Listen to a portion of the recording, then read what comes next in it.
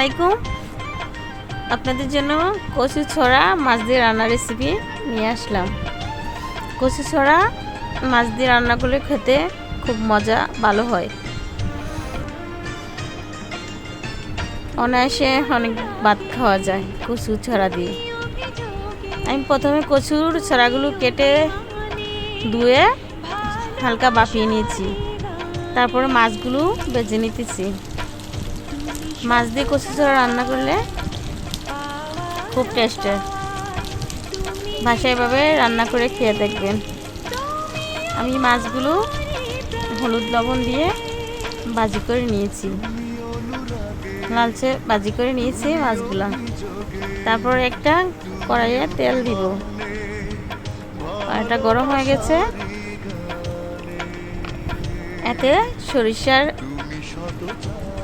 এতে সয়াবিন তেল দিয়েছি অল্প করে।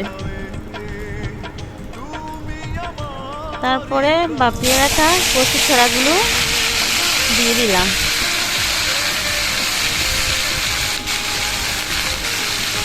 কচু ছড়া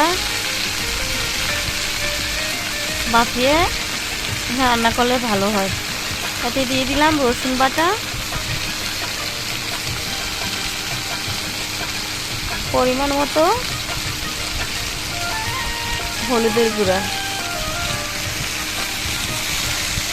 ভালোভাবে নেড়ে চেড়ে মিশিয়ে নিচ্ছি।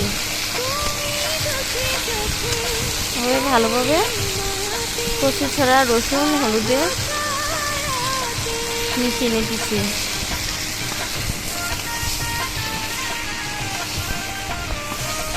মিশিয়ে হালকা করে ভেজে নিব।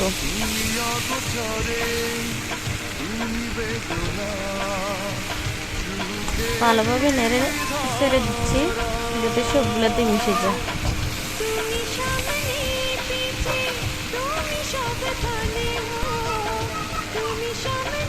তারপরে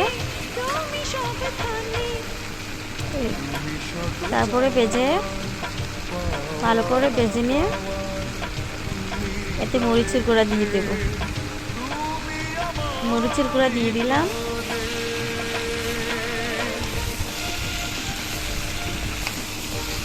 মরিচের গুঁড়া দিয়ে ভালোভাবে মিশাতে হবে।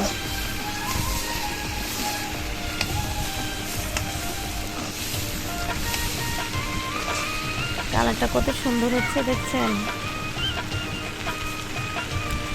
তো দেখতে যেমন ভালো লাগে খেতেও তেমন।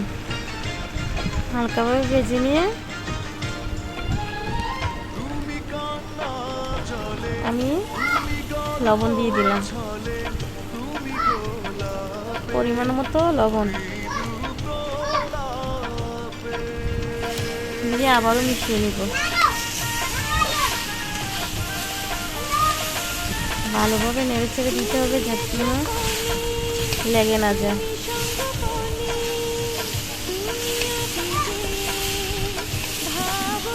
এভাবে নাড়তে থাকবেন। হালকাভাবে ভাজা হয়ে গেলে এতে আমি পানি দিয়ে দেব। আমি গরম পানি দিয়ে দিয়েছি যাতে কচু ছড়াগুলো সিদ্ধ হয়ে কালারটা সুন্দর হয়ে খেতেও খুব ভালো লাগবে।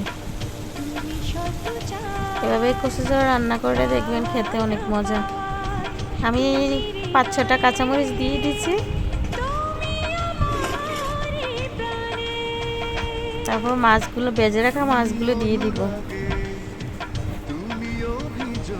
ভেজে রাখা মাছগুলো দিয়ে দিতেছি। এভাবে বলক আসে ছড়াগুলো সিদ্ধ হয়ে যাবে। ঝোলটা একটু আঠালো চলে আসবে।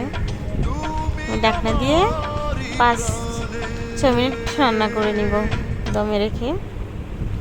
দেখুন ঝোলটা কমে আসছে। ঝোলটা ঘনত্ব আকার ধারণ করছে। কচুর মুখিগুলো সিদ্ধ হয়ে যাচ্ছে।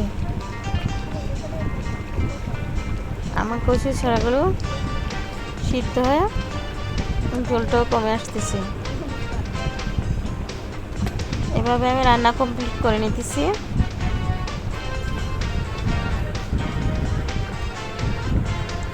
কচু ছড়া খেতে খুবই ভালো, গরম ভাতের সাথে খুবই মজা হয়।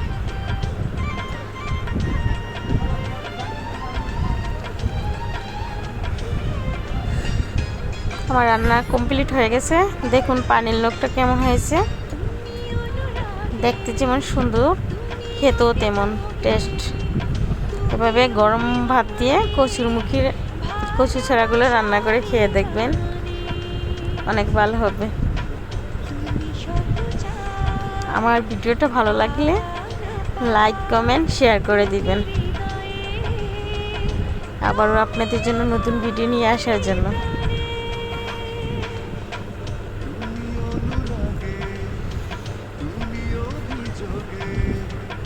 এভাবে রান্না করে বাসায় খাবেন।